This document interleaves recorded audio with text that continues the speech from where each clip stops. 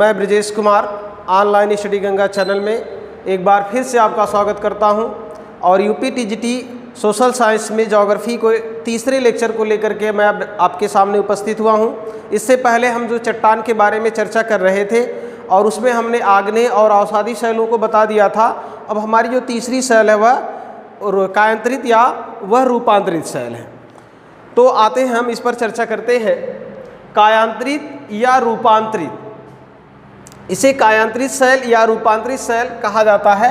अंग्रेजी में से मेटामॉर्फिक रॉक्स कहते हैं। जब आग्नेय और अवसादी शैलों पर अत्यधिक दबाव या अत्यधिक ताप की क्रिया होती है, या आग्नेय या अवसादी शैलें जो है जब अत्यधिक ताप के संपर्क में आती हैं या उन पर अत्यधिक संपीड़न की क्रिया होती है, दबाव की क्रिया होती है, तो अत्यधिक संपीड़न के कारण जो या अत्यधिक दबाव के कारण शैलों का जो स्वरूप है वह बदल जाता है।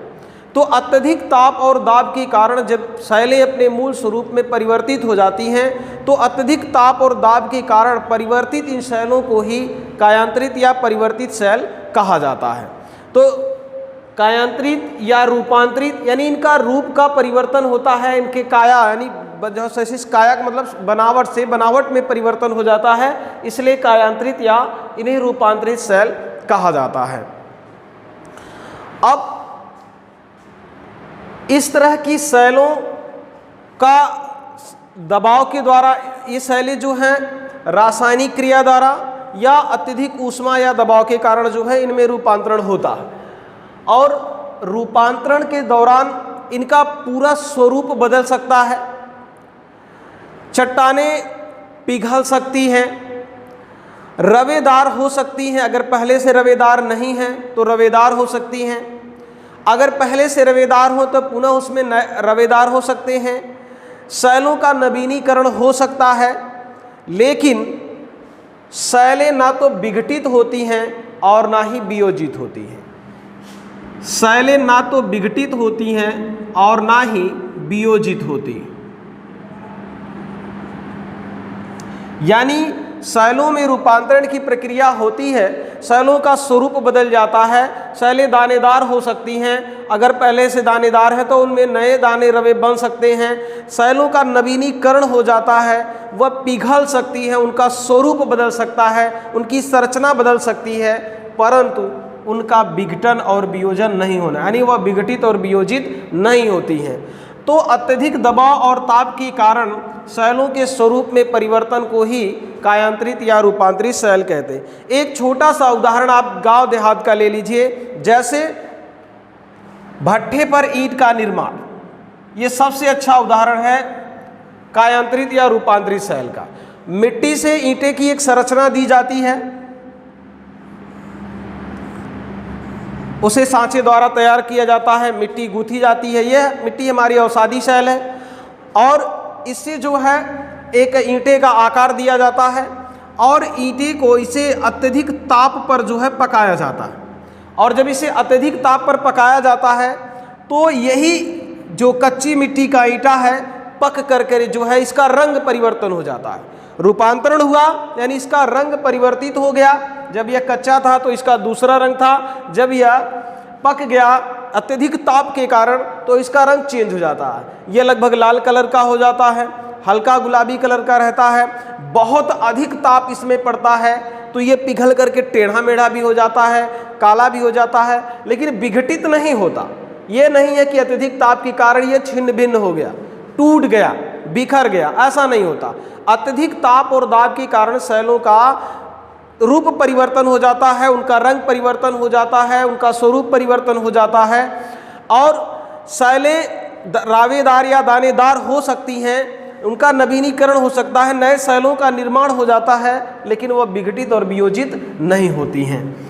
तो कुल मिलाकर के कह लीजिए कायांतरित या रूपांतरित शैल अत्यधिक ताप और दबाव के कारण जब शैलों के मूल स्वरूप में परिवर्तन हो जाता है तो उसे कायांतरित या रूपांतरित शैल कहते हैं।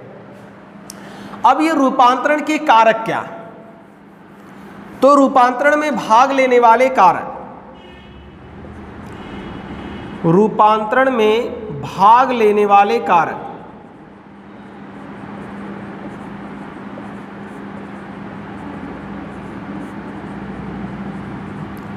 तो रूपांतरण जो है भाग लेने वाले कारक मुख्य रूप से 3 होते हैं, ताप, दाब और तीसरा घोल।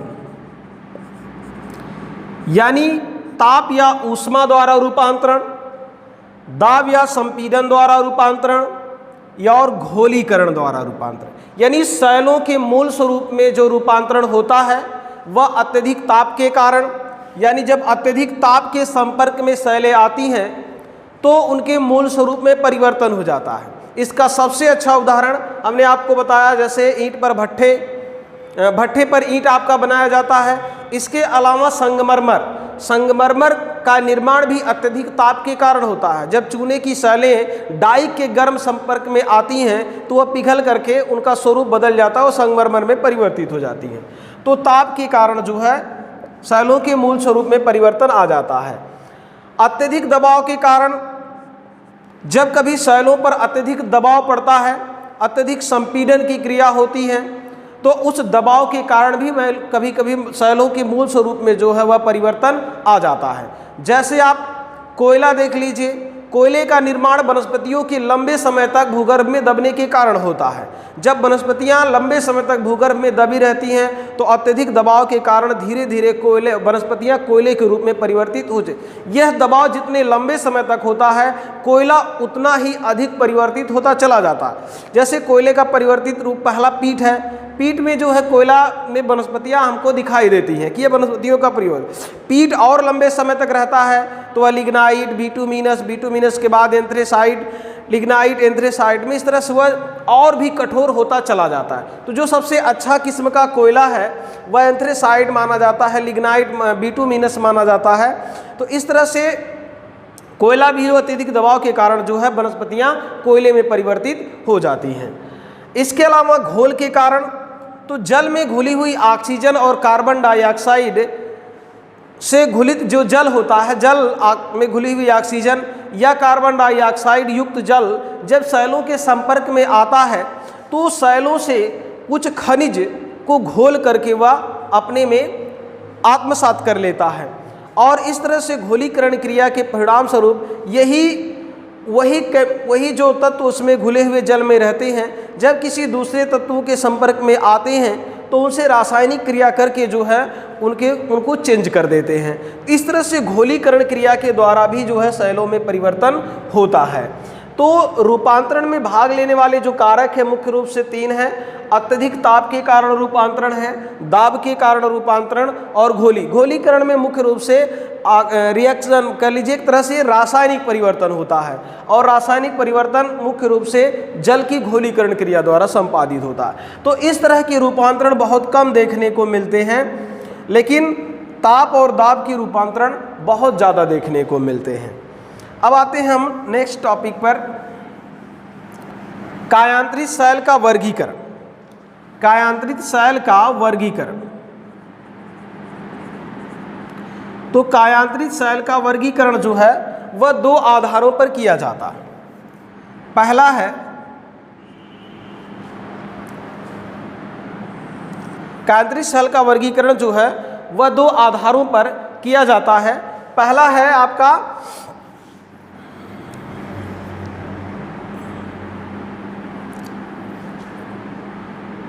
रूपांतरण में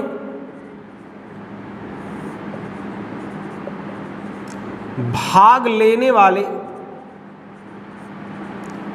कारकों के अनुसार।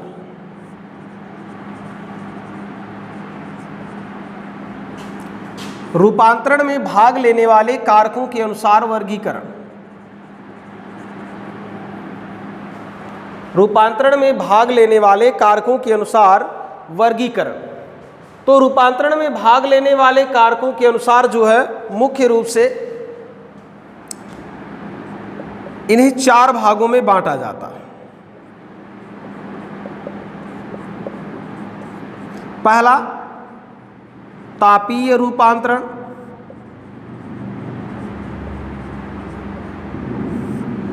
दूसरा गतिक रूपांतरण, तीसरा जलीय रूपांतरण और चौथा है ताप जलीय रूपांतरण। ताप जलीय रूपांतरण। तो रूपांतरण में भाग लेने वाले कारकों के अनुसार जो है रूपांतरित शैल को 4 भागों में बांटते हैं: तापीय रूपांतरण, गतिक रूपांतरण, जलीय रूपांतरण और ताप जलीय रूपांतरण। यानी जब शैलों में रूपांतरण की प्रक्रिया अत्यधिक ताप के कारण होती है, यानी जब शैलों के स्वरूप में परिवर्तन ताप के कारण होता है, तब इसे हम तापीय रूपांतरण कहते हैं। और जब शैलों में प्रक्रिया गतिक रूपांतरण, इसे ही दबाव या संपीड़न की प्रक्रिया कहा जाता है। जब शैलों में संपीड़न की प्रक्रिया होती है या दबाव की प्रक्रिया होती है और अत्यधिक दबाव के कारण शैलों के मूल स्वरूप में परिवर्तन आ जाता है, तब इस तरह का रूपांतरण कहलाता है गतिक रूपांतरण या डायनेमिक मेटामॉर्फिक रॉक्स। जलीय रूपांतरण, जब जल के अत्यधिक भार के कारण या जल के रासायनिक अभिक्रिया के कारण जो है शैलों के मूल स्वरूप में परिवर्तन आता है, तो इसे हम जलीय रूपांतरण कहते हैं। यानी जब रूपांतरण के लिए जल मुख्य रूप से जिम्मेदार होता है, जल का हाथ होता है, तब इसे हम जलीय रूपांतरण। जब रूपांतरण में ताप का हाथ स्थान होता है, ताप के कारण शैलें परिवर्तित होती हैं, तब इसे हम तापीय रूपांतरण कहते हैं। जब शैलों में रूपांतरण अत्यधिक दबाव के कारण होता है, तो उसे हम गतिक रूपांतरण कहते हैं।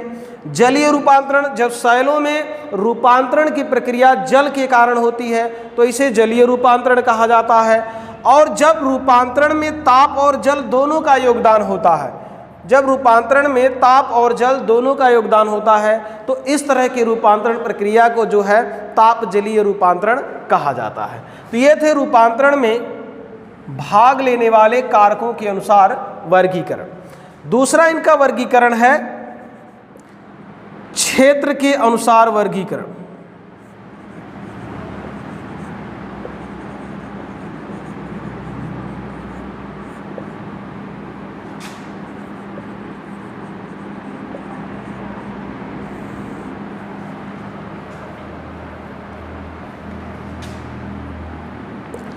जिसमें 2 भाग में बांटते। पहला है संस्पर्शीय रूपांतरण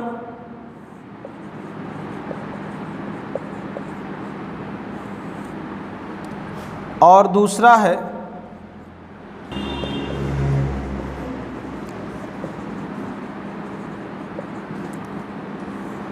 क्षेत्रीय रूपांतरण। पहला रूपांतरण में भाग लेने वाले कारकों के अनुसार वर्गीकरण है तापीय रूपांतरण, गतिक रूपांतरण, जलीय रूपांतरण और ताप जलीय रूपांतरण।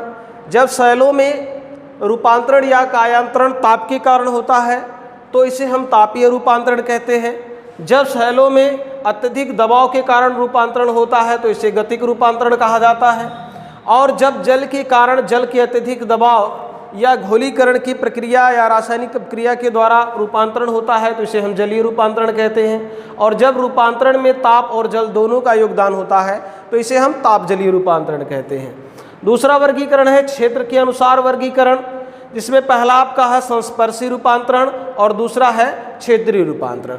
संस्पर्शी रूपांतरण का मतलब होता है जब शैलें किसी के संपर्क में आकर के परिवर्तित हो जाएं या शैलों में परिवर्तन किसी के संपर्क में आने पर होता है, तो उसे संस्पर्शी रूपांतरण कहा जाता है। और क्षेत्रीय रूपांतरण, तो क्षेत्रीय रूपांतरण वे रूपांतरण हैं जब शैलें पर किसी प्रकार का दबाव पड़ता हो या अत्यधिक दबाव के कारण शैलों में परिवर्तन होता है, तो उसे क्षेत्रीय रूपांतरण कहा जाता है। तो अगर हम दोनों वर्गीकरणों की तुलना करें, तो संस्पर्शीय रूपांतरण ही तापीय रूपांतरण का ही एक रूप और गतिक रूपांतरण ही क्षेत्रीय रूपांतरण का एक रूप है। तो इसे हम दो अलग ना मान करके इसी दोनों में ही इसे शामिल कर लिया जाता है। तो इस तरह से इनका जो वर्गीकरण है कुछ इस तरह से हो जाता है। यानी दोनों वर्गीकरणों को मिला करके अगर हम वर्गीकरण करें, तो यह तापीय, संस्पर्शीय,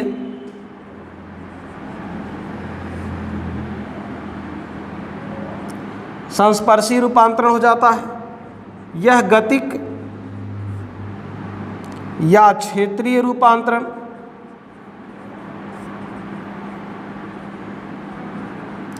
और जलीय रूपांतरण और ताप जलीय रूपांतरण। जलीय रूपांतरण और ताप जलीय रूपांतरण।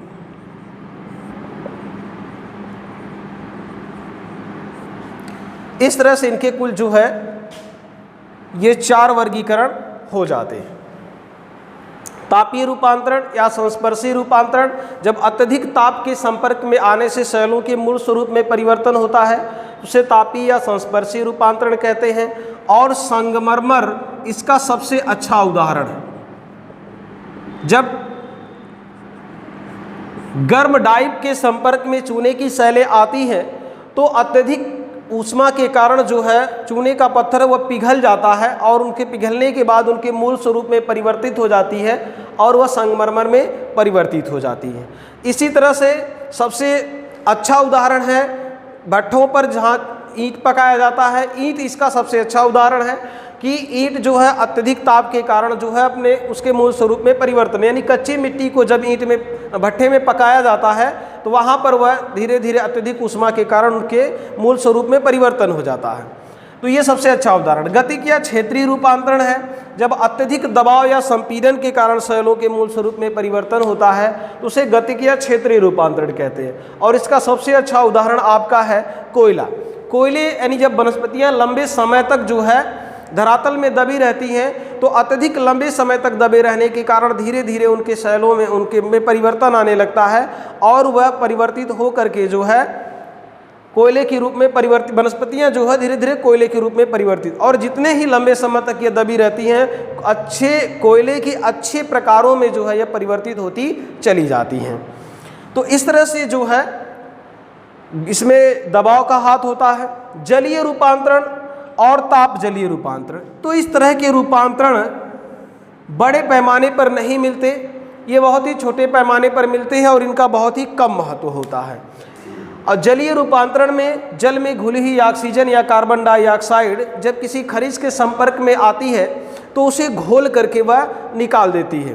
तो धीरे धीरे सेलों के रासायनिक इनके संपर्क में रहने के कारण जो है सेलों के रासायनिक संगठन में परिवर्तन आने लगता है और सेलें अपने मूल स्वरूप से परिवर्तित हो जाती हैं। तो कहीं कहीं पर ताप और जल दोनों का हाथ होता है और कहीं पर जल जो है स्वतंत्र रूप से कार्य करता है। तो इस तरह से ताप जलीय रूपांतरण देखने को मिलता है। अब देखते हैं कुछ हमारे अवसादी और आग्नेय सेलें हैं जिनका रूपांतरण कैसे होता है, किस में होता है। दोस्तों परीक्षा में ज़्यादातर चट्टान से उन चट्टानों के नाम और उनका रूपांतरण ही पूछा जाता है। चट्टानें कौन सी अवसादी चट्टान है, कौन सी आग्नेय चट्टान है और कौन सी रूपांतरित चट्टान है। तो विकल्प में इस तरह से ऑप्शन दे दिए जाते हैं कि कौन सी अवसादी चट्टान है, कौन सी आग्नेय चट्टान है और कौन सी रूपांतरित चट्टान है। तो उसमें पूछ देगा कि निम्न चट्टानों में से कौन सी जो है आग्नेय चट्टान है या नहीं है, निम्न में से कौन सी चट्टान अवसादी है या नहीं है, निम्न में से कौन सी चट्टान रूपांतरित है या नहीं। इस तरह से आपके प्रश्न बनते हैं। दूसरे तरह के जो प्रश्न बनते हैं बनता है कि निम्न में से कौन सी चट्टान का परिवर्तित रूप है, यानी इस तरह से पूछ देगा कि जैसे नीस, तो पूछ देगा परीक्षा में कि नीस किस चट्टान का परिवर्तित रूप है, या ग्रेनाइट का परिवर्तित रूप कौन सा है, निम्न में से ग्रेनाइट का परिवर्तित रूप कौन सा है। तो उसमें नीस, शिस्ट, क्वार्ट्ज इस तरह से दे देगा, तो उसमें से आपको सही आंसर कौन सा है वह आपको लगाने हैं। तो हमने ग्रेनाइट आग्नेय चट्टानों में आग्नेय शैलों की लिस्ट एकदम बता दी थी, उसे याद रखना जरूरी है। इसी तरह से अवसादी शैलें हैं जिसमें बलुआ पत्थर है, कांग्लोमरेट है, बालू है, आपका सिल्ट है, सेल है, ठीक। तो इस तरह से जो है वह अवसादी शैलें हैं। पंक है, खरिया मिट्टी है, जिप्सम है, चूना पत्थर है, ये आपकी अवसादी शैलें हैं। इसी तरह से कायांतरित शैल जो हमारी है संगमरमर है, नीस है, शिस्ट क्वार्टजाइट है, नीस है, सर्पेंटाइन है, शिस्ट एम्फीबोल्स है, एंथ्रेसाइट है, संगमरमर है, ये हमारी कायांतरित शैलें हैं। लेकिन जो प्रश्न बनाया जाता है वह इसी तरह से आपका बनाया जाएगा, पूछा जाएगा कि कौन सी परिवर्तित रूप किसका है या यह परिवर्तित रूप किसका है। तो जैसे चूना पत्थर का परिवर्तित रूप जो है वह संगमरमर है। चूना जो है जब अत्यधिक ताप के संपर्क में आता है तो वह पिघल करके जो है संगमरमर में परिवर्तित हो जाता है। इसके अलावा ग्रेनाइट का परिवर्तित रूप नीस है। सेल का परिवर्तित रूप शिस्ट है। बालुका पत्थर का परिवर्तित रूप क्वार्टजाइट है। कांग्लोमेरेट परिवर्तित रूप इसका नीस है। गैब्रो इसका परिवर्तित रूप सर्पेंटाइन है। बेसाल्ट यह शिस्ट और एम्फीबोल्स में परिवर्तित हो जाती है। बिटुमिनस यह एंथ्रेसाइट में बदल जाता है। चाक एवं डोलोमाइट यह संगमरमर में बदल जाता। तो मित्रों ये लिस्ट याद करना बहुत ज़रूरी हमारे लिए। चट्टानों में जो याद करने के लिए है वह सबसे मुख्य यही है कि हमें चट्टानों के नाम याद करने हैं, उनका परिभाषा, उनका वर्गीकरण, ये सब बहुत इम्पॉर्टेंट नहीं है। हमारा जो इम्पॉर्टेंट यही है कि आग्नेय शैलों और आग्नेय शैलों की जो कुछ विशेष स्थलाकृतियाँ हैं, आग्नेय शैलों में जैसे batholith, laccolith, phacolith, lopolith, seal और डाइक, इनसे क्वेश्चन बनते हैं आपके। कौन सी शैलें आग्नेय हैं, इनसे क्वेश्चन बनते हैं, उसके लिस्ट हमने आग्नेय शैल में आपको बता दिया था। इसी तरह से कौन सी शैलें अवसादी हैं, अवसादी शैलों को भी हमने बता दिया। यह है आपकी कायांतरित या रूपांतरित शैल, तो रूपांतरित शैल को भी हमने बता दिया। तो इन्हीं शैलों से ही जो है प्रश्न बनते हैं। तो सबसे ज़्यादा जरूरी है कि हम इन शैलों को याद करें कि कौन सी किसकी परिवर्तित रूप है और कौन अवसादी है, कौन रूपांतरित है और कौन सी आग्नेय शैलें हैं। तो इस तरह से जो है ये शैलों की लिस्ट है, इसे आप नोट्स कर लें या स्क्रीनशॉट्स ले लें।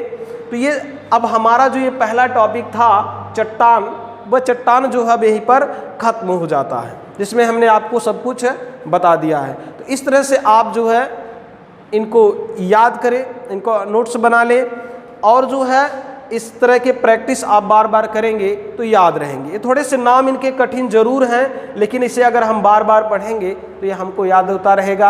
आप बार बार जो है वीडियो देखें, नोट्स बना ले, पढ़ें, जो है ये चीज़ें आपको याद रहती हैं। तो फिर इसके बाद इस टॉपिक को हम यहीं पर ख़त्म करते हैं।